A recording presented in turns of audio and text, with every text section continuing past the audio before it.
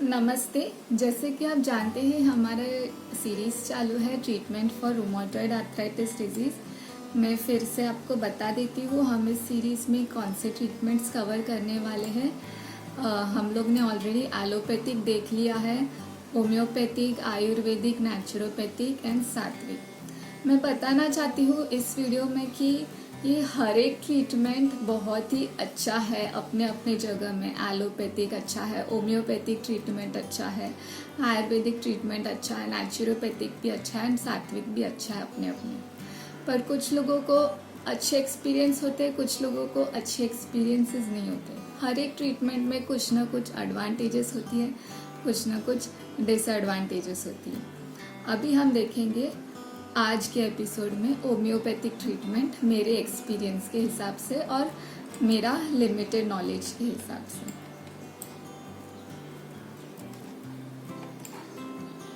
मैंने ये वीडियो पहले भी बनाया था और उस वीडियो में मेरा कुछ मिस्टेक हो गया था, तो उसके लिए मैं सबसे सॉरी बोलना चाहती हूँ, माफ़ी मांगना चाहती हूँ। उस वीडियो में मैं पूरा पिक्चर नहीं बता पाई होम्योपैथी का और मेरी भी कुछ गलतियाँ थी जिससे बहुत लोग हर्ट हो गए थे। तो इस वीडियो में मैं होम्योपैथी के कुछ फ़ायदे भी बताने वाली हूँ। तो इस वीडियो को पूरी तरह ज़रूर देखिए क्योंकि हर एक ट्रीटमेंट अच्छा होता है, पर हमें पता होना चाहिए कि कौन सा ट्रीटमेंट हमें कौन से बीमारी के लिए यूज़ करना चाहिए, कौन से डिजीज़ के लिए यूज़ करना चाहिए।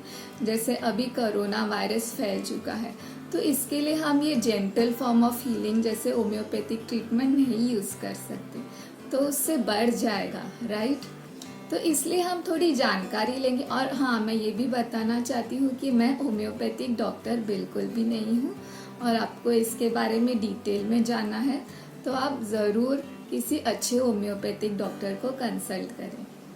अभी हम देखते हैं हम इस वीडियो में क्या क्या कवर करने वाले हैं। तो इस एपिसोड में हम डिस्कस करेंगे what are the different benefits of homeopathy, what are the principles, किसने डिस्कवर किया, किस इंटेंशन से किया, और रिस्ट्रिक्शन क्या। अलग अलग होम्योपैथिक डॉक्टर अपने एक्सपीरियंस के हिसाब से अलग रिस्ट्रिक्शंस देते। कुछ डॉक्टर तो कहते हैं कोई रिस्ट्रिक्शंस है ही नहीं, तो ये डॉक्टर पे डिपेंड होता है। ये तो मेरे नॉलेज के हिसाब से मैं बोल रही हूँ, जो मेरा एक्सपीरियंस था लाइफ का कि ये सब हो रिस्ट्रिक्शन जो मैंने रिसर्च किया उसके हिसाब से है। और मेरा एक्सपीरियंस क्या था होम्योपैथिक ट्रीटमेंट के साथ, कितना टाइम लगता है होम्योपैथिक ट्रीटमेंट से हील होने के लिए। और फाइनली हम देखेंगे WHO ने कुछ प्रिकॉशंस दिए हैं, वो क्या है होम्योपैथी के रिलेटेड। तो सबसे पहले हम बेनिफिट्स देखते हैं। इसी बेनिफिट्स की वजह से मैंने एलोपैथी से स्विच किया था होम्योपैथी ट्रीटमेंट को ट्राई करने के लिए, क्योंकि बेनिफिट्स काफ़ी फेमस है होम्योपैथी का। बहुत सारे लोग ये होम्योपैथिक ट्रीटमेंट को स्विच होते हैं क्योंकि वो बहुत ही जेंटल फॉर्म ऑफ हीलिंग है। According to benefits of homeopathic, वो स्टिम्युलेट करता है हमारे बॉडी के ओन हीलिंग पावर्स को। जैसे सात्विक ट्रीटमेंट में भी हम नेचर, मदर नेचर्स के द्वारा जो जूसी फ्रूट्स, वेजिटेबल खा के हमारा जो नेचुरल हीलिंग है उसको ट्रिगर करते हैं, पर होम्योपैथी में वो कुछ दवाइयाँ देते हैं उससे हीलिंग ट्रिगर करते हैं। और ये बोलते हैं कि ये नॉन टॉक्सिक है एंड हार्मलेस है एंड बहुत ही माइल्ड फॉर्म ऑफ मेडिसिन है, इसलिए इसके कोई साइड इफ़ेक्ट्स नहीं है। तो आप इसको बिल्कुल बिना किसी झिझक के अगर आप ट्राई करना चाहते हो तो ट्राई कर सकते हैं, पर इस बात का ज़रूर ध्यान रखिए कि आप कन्वेंशनल फॉर्म ऑफ मेडिसिन यानी जो डॉक्टर बोलते हैं एलोपैथिक ट्रीटमेंट उसको स्टॉप ना करें। अभी जैसे कि अगर हमको एक्सीडेंट हो जाता है तो हमको एलोपैथिक का सहारा ही लेना पड़ता है ना, तो इसलिए हमें एलोपैथिक को कम्प्लीटली बुरा है ऐसा नहीं मानना चाहिए। एलोपैथिक भी हमारी लाइफ को सेव करते हैं। जैसे सर्जरीज हुई, जॉइंट्स में बहुत डिफॉर्मिटी बढ़ गई तो हमें सर्जरी के लिए तो एलोपैथिक या डॉक्टर्स के पास ही तो जाना पड़ेगा, तो उसके लिए होम्योपैथी में कोई इलाज नहीं होगा। तो इसी बात को ध्यान में रखते हुए आप जजमेंट लीजिए। आपको अगर रूमेटॉइड आर्थराइटिस प्रॉब्लम है और बहुत ही ज़्यादा हो गया तो एलोपैथी के साथ ही आप होम्योपैथी धीरे धीरे चालू कर सकते हैं और बहुत ही अच्छे होम्योपैथिक डॉक्टर के पास जाइए ताकि वो अच्छे से गाइड कर सके। और होम्योपैथिक डॉक्टर बहुत ही नॉलेजेबल रहते हैं, उनको सारी डिजीज़ के इफ़ेक्ट्स पता होते तो बहुत ही अच्छी तरीके से काउंसिल करेंगे, बहुत अच्छे से वो ध्यान रखते हैं। होम्योपैथिक डॉक्टर हमारी फैमिली हिस्ट्री पूछते हैं, हमसे बातें करते हैं ताकि वो माइंड के बिलीफ को समझ सके। हमारे माइंड में कोई नेगेटिव थॉट्स हैं तो उसको ख़त्म करने के लिए बोलते हैं। तो बहुत ही अच्छे होते हैं होम्योपैथिक डॉक्टर्स। अभी हम देखते हैं प्रिंसिपल्स क्या है। इसको डिटेल में नहीं देखेंगे, सिर्फ क्या है आपको अवेयरनेस हो, और डिटेल में जानने के लिए आप डॉक्टर से पूछ लीजिए। लाइक क्योर्स लाइक, मतलब वो बीमारी के सिम्टम को उसी तरह के सिम्टम क्रिएट करके उसको हील करता है। जैसे कि अगर आपको फीवर हो जाता है तो वो फीवर होने वाला ही थोड़ा सा माइल्ड फॉर्म ऑफ दवा देते हैं, क्योंकि वो मानते हैं कि वो थोड़ा सा सिम्टम जो क्रिएट हो जाता है उससे डिजीज़ पूरी तरह ख़त्म हो जाता है।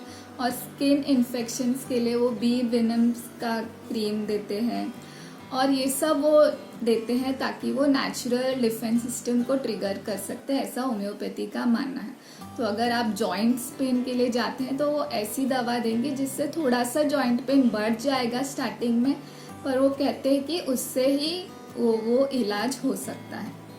अभी नेक्स्ट प्रिंसिपल है पोटेंटाइजेशन। पोटेंटाइजेशन क्या है? ये इस सब ऐसे मानते हैं होम्योपैथी में कि वो जितना डाइल्यूट करते हैं दवाई को उतना उसकी पावर्स बहुत बढ़ जाती है। तो वो डाइल्यूट इस तरीके से करते हैं जैसे 1:9 रेशियो में। जैसे 1 पार्ट दवाई है तो उसमें 9 पार्ट्स ऑफ वाटर या अल्कोहल मिला देते, तो वो रेशियो बन जाता है 1x। तो इसको बोलते हैं 1x। फिर वो जो फाइनल सोल्यूशन है उसको फिर से मिलाते हैं 9 पार्ट्स ऑफ वाटर में, तो वो बन जाता है 2x। x वो रोमन न्यूमेरल के वहाँ से डिराइव किया हुआ है, तो ऐसे 3x 4x भी डिराइव करते हैं। और ये डाइल्यूशन इंक्रीज करता है पोटेंसी को, ऐसे मानते हैं। तो ये 30C करके भी ऐसे एक है दवाई जिसमें वो 1 इंग्रेडिएंट होता है 1 पार्ट और बिलियन पार्ट्स वाटर होता है, क्योंकि वो ऐसे मानते हैं कि जो वाटर है वो याद रखता है वो पावर को इंग्रेडिएंट्स का।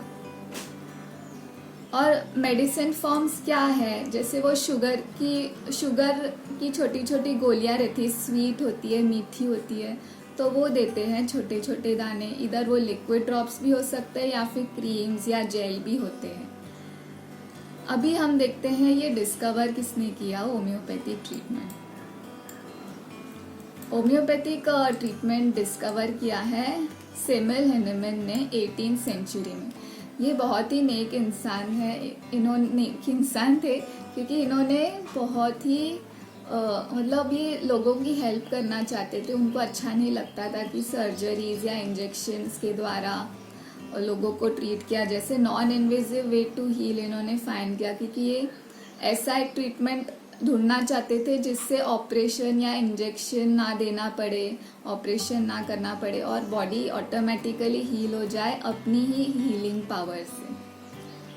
तो इसके लिए इन्होंने ये रिस्ट्रिक्शंस दिया था, जैसे कि ये कॉफ़ी नहीं पीना चाहिए, शुगर नहीं खाना चाहिए आपको होम्योपैथी ट्रीटमेंट के द्वारा, ऑनियन नहीं खाना चाहिए, प्याज, लहसुन, जो स्पाइसी फूड होता है, मसालेदार सब्जी नहीं खाने हैं, मीट, चिकन ये सब अवॉइड करना है, डेयरी प्रोडक्ट, चीज़ ये भी अवॉइड करना है। और एक्टिव रहना है, मतलब आपको सिडेंट्री बैठे बैठे ही लाइफस्टाइल नहीं जीना, एक्सरसाइज करना है, एक्टिव रहना है। तो ये सब इन्होंने बोला था आपको होम्योपैथिक ट्रीटमेंट के साथ ही करना है। पर आज लोग होम्योपैथिक ट्रीटमेंट भी ले रहे हैं और लाइफस्टाइल पे भी बिल्कुल परिवर्तन नहीं ला रहे हैं, प्रोसेस्ड फूड खा रहे हैं, पूरे दिन टीवी के सामने बैठे रहते हैं, मोबाइल के सामने बैठे रहते हैं, तो कोई भी ट्रीटमेंट असर नहीं करेगा, आयुर्वेदिक भी नहीं असर करेगा, होम्योपैथिक सात्विक भी असर नहीं करेगा, क्योंकि सात्विक ट्रीटमेंट में भी आपको एक्टिव रहना है, ये सारे रिस्ट्रिक्शंस जो डेयरी नहीं खाने, शुगर नहीं खाने, प्रोसेस्ड फूड नहीं खाना, ये सब आपको सात्विक ट्रीटमेंट में भी मेंटेन रखना है। तो कुछ डॉक्टर्स कहते कि बिल्कुल भी रिस्ट्रिक्शन नहीं है, पर मेरे जो कुछ रिलेटिव्स थे उन्होंने बोला था कि उनको सिर्फ चाय और शुगर ही मना किया है, बाकी सब ले सकते हैं। तो जब मैंने इंटरव्यू किया बहुत सारे लोगों से, तो उन्होंने अलग अलग लोगों ने अलग अलग जवाब दिए मुझे। कुछ लोगों को होम्योपैथिक ट्रीटमेंट से बहुत ही ज़्यादा फ़ायदा हुआ है और कुछ लोगों को ट्रीटमेंट से कुछ ज़्यादा फ़ायदा नहीं हुआ है। जैसे हर एक में ऐसे होता है, आयुर्वेदिक में भी होता है, एलोपैथिक में भी होता है। तो कोई भी ट्रीटमेंट में कुछ ना कुछ, हाँ, मतलब हर एक की बॉडी टाइप अलग होती है ना, तो इससे इसके लिए जो क्या ट्रीटमेंट सूट करता है हमें आइडेंटिफाई करना है और उसी ट्रीटमेंट के साथ जाना है। अभी मैं मेरा एक्सपीरियंस शेयर करना चाहूँगी होम्योपैथी के साथ। जैसे मैंने बताया, एलोपैथी से मैं बहुत ही डर गई थी, उसके कितने सारे साइड इफ़ेक्ट होते। तो मैंने सोचा क्यों ना ये जेंटल फॉर्म ऑफ हीलिंग यानी होम्योपैथिक ट्रीटमेंट को ट्राई किया जाए। तो मैंने ये होम्योपैथिक ट्रीटमेंट ट्राई किया एंड मैंने ऑलमोस्ट 7 साल ये होम्योपैथी की गोलियां खाई छोटी छोटी, और इससे मैंने मेरे डॉक्टर भी बहुत ही एक्सपीरियंस थे, उनको पता था ये रूमेटॉइड आर्थराइटिस कितना बहुत ही भयानक डिजीज़ है। तो उन्होंने भी मुझे रेकमेंड किया था कि एलोपैथिक भी लेना है आपको होम्योपैथिक के साथ ही। फिर धीरे धीरे आप एलोपैथिक कम कीजिए और फिर होम्योपैथिक का असर जैसे ही स्टार्ट होता है तो एलोपैथिक कम कीजिए। पर जैसे कि बहुत ही लाइफ में स्ट्रेस होता है, मैं भी रिस्ट्रिक्शंस को नहीं फॉलो कर रही थी, तो मैं भी उसके जैसे मुझे होम्योपैथिक ट्रीटमेंट से उतना रिलीफ नहीं मिला। पर डॉक्टर्स बहुत ही अच्छे हैं होम्योपैथिक के, और मैंने जब अलग अलग लोगों से पूछा तो उनको फीवर, कोल्ड, कफ इसमें बहुत ही फ़ायदा हुआ है। एक तरीके से अच्छा भी है, अगर आप फीवर, कोल्ड, कफ इसके लिए होम्योपैथिक डॉक्टर के पास जाते हैं तो उसमें कोई प्रॉब्लम नहीं है, क्योंकि एलोपैथिक दवाइयाँ ऐसी जो हैप्पी डिजीज़ होती है, इसको हैप्पी डिजीज़ भी बोलते हैं, क्योंकि कोल्ड, कफ और ये सारी जो बीमारियाँ होती हैं ये हमारी बॉडी से गंदगी निकालने के लिए आती है। तो जब हम और एलोपैथिक दवाइयाँ खाते हैं तो उसके वजह से क्या होता है, वो सब टॉक्सिन्स अंदर ही जम जाते हैं। जब आप होम्योपैथिक या आयुर्वेदिक ऐसे कोई ट्रीटमेंट में चले जाते हो तो क्या होता है, आप टेम्परेरी एलोपैथिक नहीं लेते तो टॉक्सिन्स बाहर आ जाती है। तो इससे बॉडी की हीलिंग सिस्टम एक्टिवेट होती है और आप हील हो जाते हो। तो इस मामले में जैसे ऐसी बीमारी होती है तो ये होम्योपैथिक बहुत ही ज़्यादा फ़ायदा कर सकता है, और आपको लेकिन रिस्ट्रिक्शन और एक्टिव लाइफस्टाइल भी मेंटेन रखना है। अभी फाइनली देखते हैं WHO क्या कहता है कि होम्योपैथिक मेडिसिन्स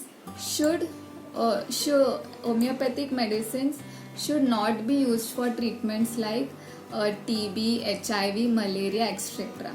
मतलब जो ऐसी बीमारी है जो फैल सकती है तो उसके लिए हमें होम्योपैथिक ट्रीटमेंट का सहारा नहीं लेना चाहिए। मैं इसका लिंक डिस्क्रिप्शन में भी ज़रूर दूंगी, क्योंकि जब हम ऐसी बीमारियों के लिए होम्योपैथी के पास जाते हैं तो पता नहीं चलता है हमें कि ये डिजीज़ कब ठीक होगा, तो इससे फैलने का चांसेस बहुत ही बढ़ जाता है। तो इसलिए ये बहुत ही ज़रूरी है ध्यान रखना कि हम homeopathic treatment right type of disease के लिए ही यूज़ करते हैं। और अगर आपको रूमेटॉइड आर्थराइटिस जैसा डिजीज़ है तो आपको बहुत ही केयरफुल रहना चाहिए। अगर आपको ये वीडियो में कोई भी डाउट्स है, क्वेश्चंस है, तो आप नीचे मुझे कमेंट सेक्शन में ज़रूर बताइए। मैं नेक्स्ट वीडियो में उसको एड्रेस करूँगी और आपका कुछ भी कंसर्न्स है उसको सॉल्व करने की पूरी कोशिश करूँगी। तो अभी के लिए thank you so much for watching.